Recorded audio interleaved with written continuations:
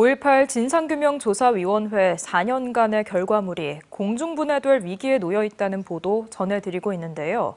이런 일 그동안 비일비재했습니다. 5.18 조사위처럼 사건의 진상규명과 재발 방지를 위해 꾸려진 특별조사위원회가 정부에게 제시하는 권고안이 흐지부지 되는 경우가 적지 않은 상황입니다. 임지은 기자가 취재했습니다. 최대 4년, 한시적으로 활동하도록 규정됐던 5.18 진상규명조사위원회. 이처럼 특별법에 따라 꾸려진 조사기구들의 최종 목적은 진상규명만이 아닙니다. 진실이 확인됐다면 그에 맞는 명예회복과 보상도 이어져야 합니다. 따라서 각각의 조사위들은 그간의 조사 내용을 바탕으로 정부에 권고안을 전달하고 있습니다. 과거사는 정부가 이어받아야 하는 평생 숙제임을 제시하는 셈입니다. 4.16 세월호 참사 등을 조사했던 사회적 참사 특별조사위원회와 삼천교육대 사건 등을 조사했던 진실화해를 위한 과거사 정리위원회도 필요한 조치들을 각 부처에 권고하는 것으로 활동을 마무리 지었습니다. 먼저 세월호 참사와 피해자 사찰 등 그 이후 행위로 인한 국민 희생과 피해, 권리 침해에 대한 국가의 책임 인정과 공식적 사과를 권고하기로 하였습니다. 정부는 제대로 이행하고 있었을까?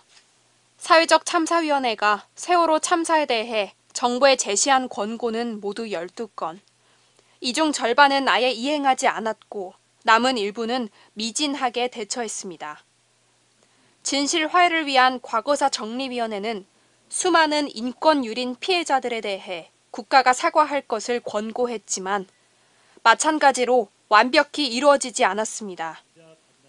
정권이 바뀌고 과거사 후속 업무에 대한 의지가 없어지면 결국 수년 동안의 조사가 물거품이 될 수 있다는 지적이 나옵니다.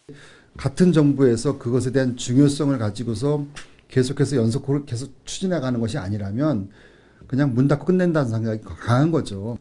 그러니까 서류로 갔다 오고 검토 중 또는 향후에 적절한 시기에 추진 여부를 검토하겠음, 이런 문서가 왔다 갔다 하는 거죠. 5.18 진상규명조사위원회의 활동도 아쉬운 부분이 많습니다. 기존의 정책으로 충분하다는 식의 원론적인 답변으로 정부가 권고안을 사실상 거부했기 때문입니다. 이 권고안을 이행했는지 관리해야 할 책임은 행정안전부에 있습니다.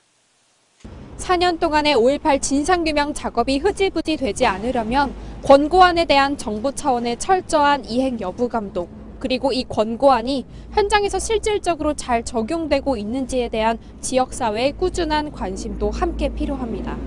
MBC 뉴스 임지은입니다. 언제 어디서나 내 손 안의 뉴스. 광주 MBC 뉴스 유튜브 구독으로 함께하세요.